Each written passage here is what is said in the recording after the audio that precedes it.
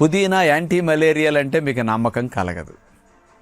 మరి ఏదో వంటల్లో సువాసన కోసం వేసుకుంటూ ఉంటాం అంతే తప్ప ఇందులో మలేరియా జ్వరం రాకుండా యాంటీ మలేరియల్గా పనికొచ్చే ఏముంటాయని ఆలోచిస్తే ఇందులో ఉన్న మెయిన్ కెమికల్ కాంపౌండ్స్ బీటా పైనిన్ మరియు బీటా కెరియోఫిలిన్.